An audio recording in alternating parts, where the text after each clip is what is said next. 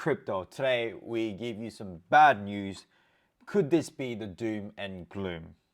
Where is crypto gonna go? Well, I don't think it's gonna go anywhere great for now, but that's okay because it means there could be some great opportunities. Let's turn our attention to the screen straight away, guys. Crypto broker Voyager declares Chapter 11 bankruptcy, disables user trading.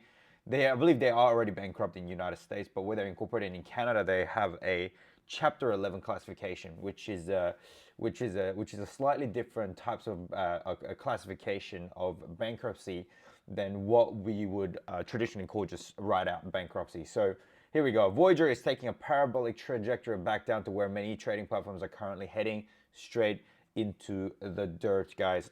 Here's the thing: those trading platforms that are allow for rewards and things like that, that's where there's an issue. Like deposit rewards, those kind of transaction, those kind of sort of reward based, returns based, high interest, high yield based kind of transaction and exchanges, that's where the problem is. But here we go. The New Jersey-based company announced early Wednesday had filed for Chapter 11 bankruptcy protection in New York and instead to seek recognition of the case in Ontario Superior Court. Chapter 11 is a classification of bankruptcy that allows companies to reorganize or more succinctly get their shit in order, get their shit together, avoiding the pesky demands of creditors. Now, the creditors, this is the real knocker here, guys.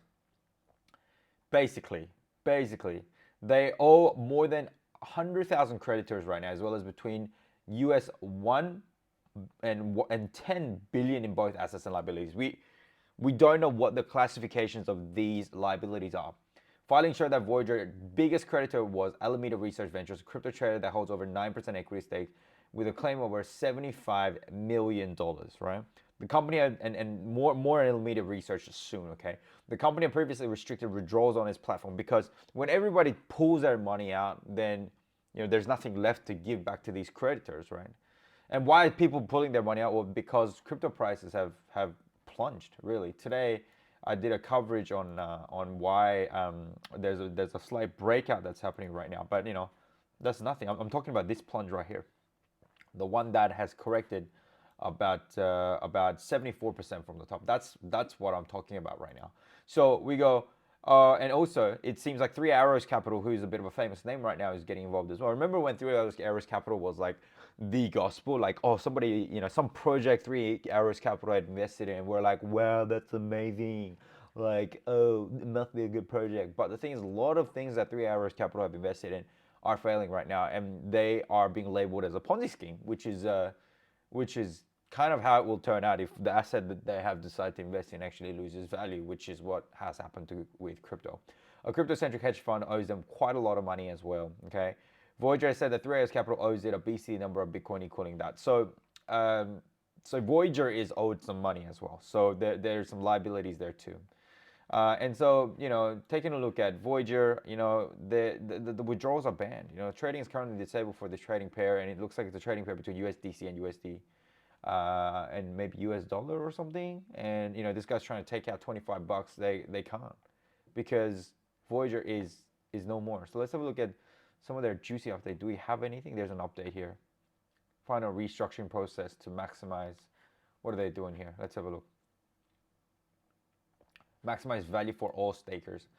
2 weeks ago, this is the interesting part. Like, I'm just wondering what the heck is going on. Which one am I looking at? Here we go. So 2 weeks ago, it secured 200 million USDC and 15,000 Bitcoin. Not 15,000 like dollars worth of it, but anyway, 15,000 Bitcoins from Alameda Research to protect customer assets. So Alameda Research goes ahead and tips in another 200 million USDC. Why is Alameda Research doing more of that? Like Three Arrows Capital. I mean, now is not a bad time to do that and go around saving these companies if they're going to survive. But that's the question: Is Voyager going to survive? I've got something to say about that. So we'll watch a video in a minute. But should Alameda Research be taking this kind of risk? The reason why Sam Bankman-Fried with FTX is able to take these risks is because they've actually made quite a lot of money during the bull market.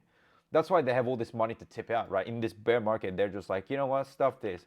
We're just gonna save people's asses. Here's some money here, take some money there. We're gonna come save you. So I guess they can afford to do it. If they then they're kind of like the angel round, you know what I mean? Like in the poverty of crypto businesses, they're now buying into them. I think they're negotiating something with BlockFi as well, which is quite interesting. But I wondered, so this happened about 2 to 3 weeks ago. I wonder if that's the best move that they could have made. This 200 million, could it be better if spent, buying some other companies out? Because right now there's a question, and this was the report that was done by Coindesk by the managing editor, global policy and regulation. All right, listen to this very, very, very chilling comment. There's been a lot of discussion over the last couple of days about what exactly Voyager meant when it said that its customer accounts were protected by FDIC insurance. Now, FDIC insurance protects bank accounts from bank failures. So we mentioned before that Metropolitan Commercial Bank is Voyager's bank. If Metropolitan collapsed, then up to $250,000 of Voyager's funds held at Metropolitan would be protected by FDIC insurance. That's not what happened. Voyager is here, the one collapsing. And as far as I can tell, there's absolutely zero guarantee that any customer funds will be protected by FDIC insurance. Yet, Voyager appears to have marketed its deposit funds or deposit accounts by saying, hey, yeah, you give us money and it'll be protected against failure. So I imagine the FDIC is going to want to take a look at this. There could be, further implications, further action from this, because this is frankly, it appears to be misleading at best, misleading marketing at best.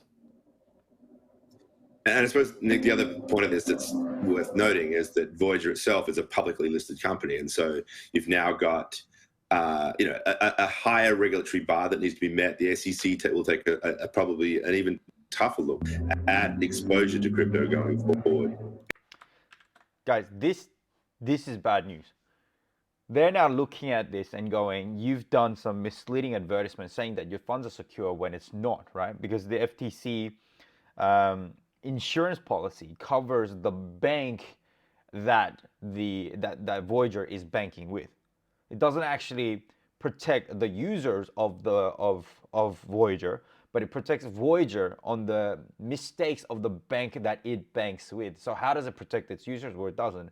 But it's advertised that the insurance policy that it has is going to be helpful for the users of Voyager. Now, so what does this all mean? Because we're here because we care about this chart right over here. This is a Bitcoin chart right here.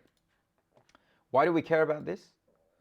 We care about this because, well, we have our money in this and we want to know where it's going to bottom out, and we want to when to get in, when we need to get in, how we need to get in, what we need to do to get in, and what kind of research we need to do so that we are not just throwing money away. Now, here's the thing. Bitcoin has corrected 80%, 85% over the past many years, right? Many bull and bear cycles. It has consistently done that, right? So let me just get the chart up. Here we go. Okay. It's quite crazy. It's quite crazy because it happens once every, looks like, June 2011, 2013, 18, and 21. So 3 years or so, 3 to 4 years.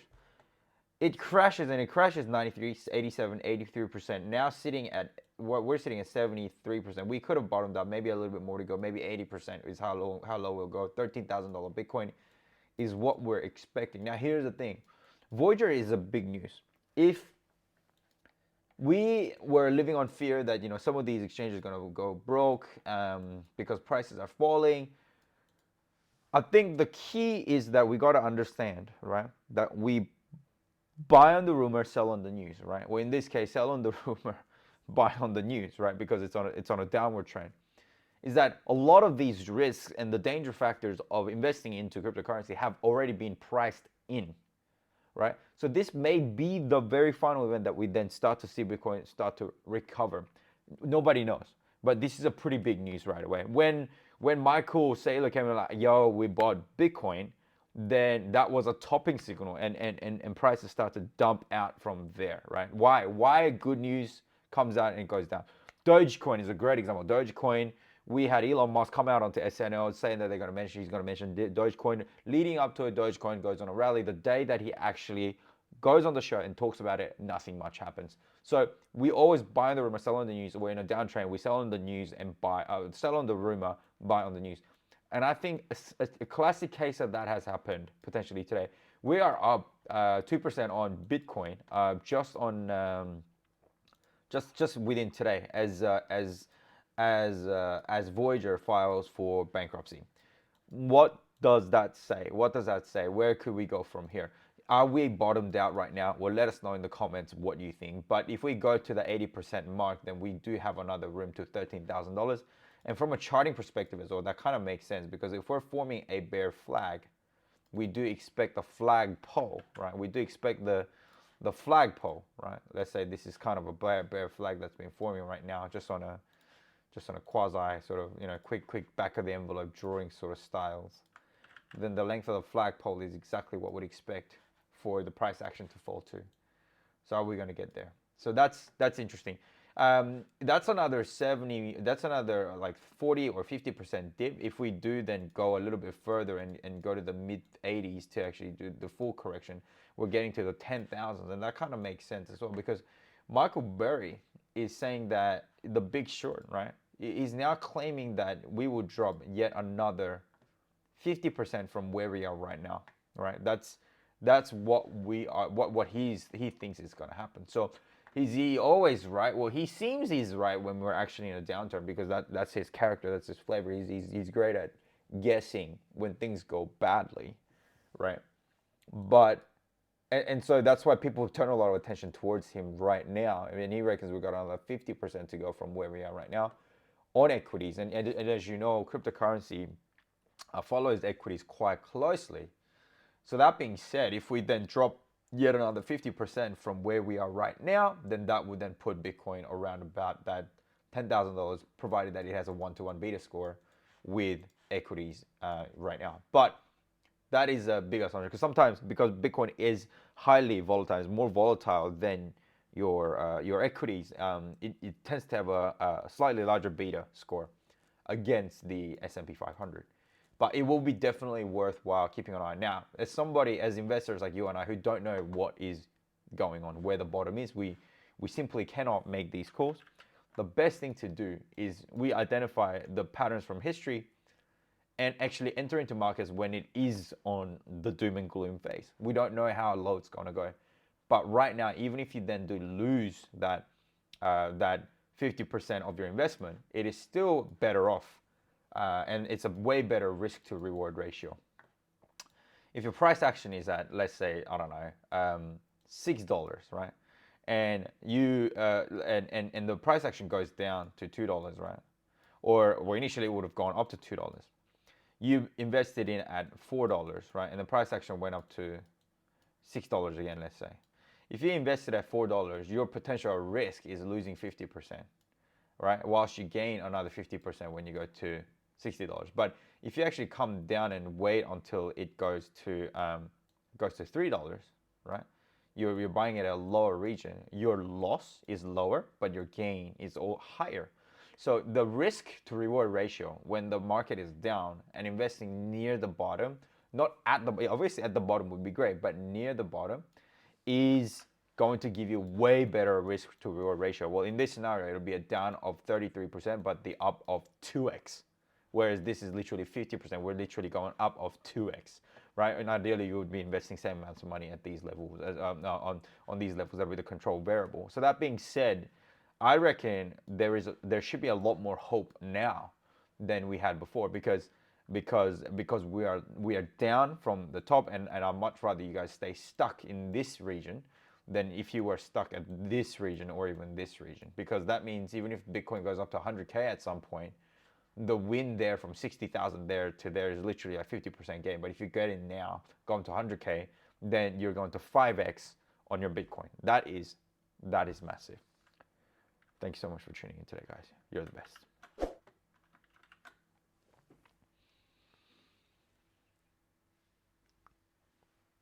Click subscribe now.